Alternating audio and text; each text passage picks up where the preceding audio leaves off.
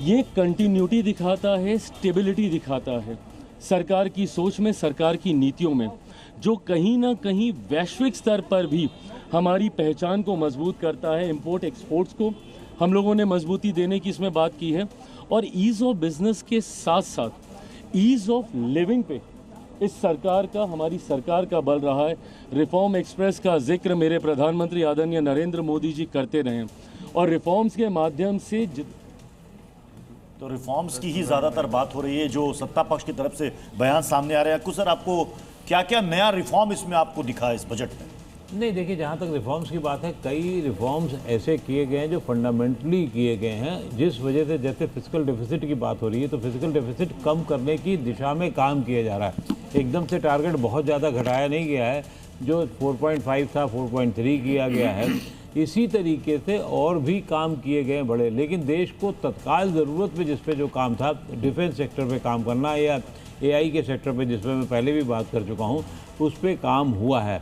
हाँ, ये ज़रूर है कि क्योंकि लोकानुमुख बजट नहीं कहा जा सकता कि आम आदमी को एकदम से लगे कि नहीं हमारा इनकम टैक्स कम हो गया है या हमको टैक्स कम देना पड़ेगा। इस तरीके के कोई काम नहीं हुए, जो शायद अच्छा काम है। अगर आप इंडिविजुअल वर्ग पर, अक्कू जी बीच में रोक रहा हूं, आप सबसे बड़ी बात यह है कि बाजार, शेयर बाजार वो लुढ़क गया है, सोने चांदी की कीमत में गिरावट दर्ज की जा रही है। अब सवाल यह है कि क्या यह ट्रेंड बरकरार रहेगा, और अगर बरकरार रहेगा तो कितने दिनों तक बरकरार रहेगा? हरिवंश, क्या लगा हरिवंश सर आपको? मैं शिक्षा के बारे में फिर से कहना चाहूंगा कि हमारा बहुत ही निराशा हुई है कि शिक्षा पर बजट बढ़ाने की कोई बात नहीं की गई है।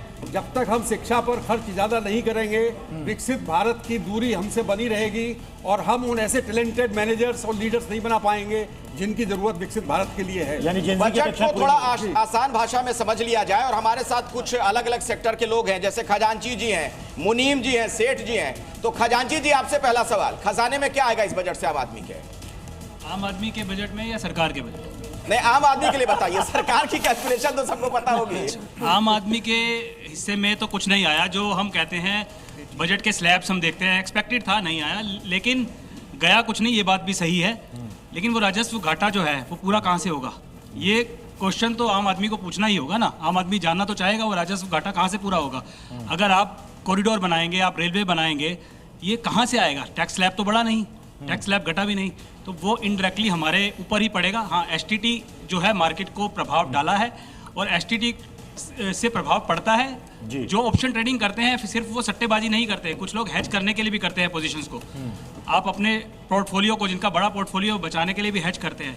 अगर आप सिर्फ ये बात कहते हैं कि आपने इन्वेस्टर्स को बचाना है, तो उसके लिए हमारी संस्थाएं हैं, सेबी है, वो प्रोटेक्शन के लिए काम करें। जो एल्गो ट्रेडिंग हो रही है, जो सॉफ्टवेयर बेस्ड ट्रेडिंग हो रही है, उसकी तरफ काम करें।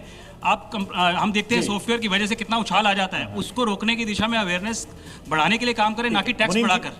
मुनीम जी, पहले तो ये बताइए कि मार्केट की जो स्थिति है, दशा इस वक्त मार्केट की है, ये दशा किस दिशा की ओर जा रही है? देखिए, दशा जो है शॉर्ट टर्म ही है, और इसका जो मेन रीजन है STT का बढ़ना, और वो ऑप्शन ट्रेडिंग के लिए। लेकिन आने वाले टाइम में जैसे ही जियो पॉलिटिकल कंडीशंस इंप्रूव होंगी, ऑब्वियसली मार्केट इंप्रूव होगा। कितने दिनों बाद, क्या अनुमान? अब वो देखना पड़ेगा कि जो ट्रंप कब सेटल डाउन होंगे।